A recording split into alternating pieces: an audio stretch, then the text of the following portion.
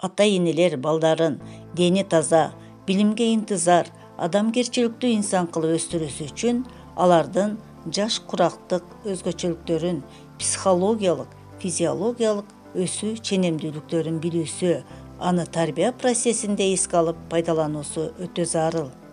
Ар бир ата-эне чындыгында өз балдары үчүн биринчи жана түбөлүктүү тарбиячы, педагог болуп саналат. Баланы окутуудан мурун аны ар тараптуу билүү, үйрөнүү керек деп айткан улуу педагог Ушинский. Албетте, айрымдар аны мектепте мугалим билүүсү зарыл деп айтышы мүмкүн. Бул да туура, бирок окуучу билим тарбияны мектептен эле албайт да. Бала үй-бүлөдөн, жада калса көчөдөн да таалим тарбиялык таасир алат. Ошон үчүн балдарды тарбиялоодо ата-энелер сиздер үчүн китебин көбүрөөк пайдалансаңыздар деп сунуштаймын. Кызыккан ата-энелер атайын илимий адабияттардан тереңдетип үйрөнүп алышса да эң жакшы болот.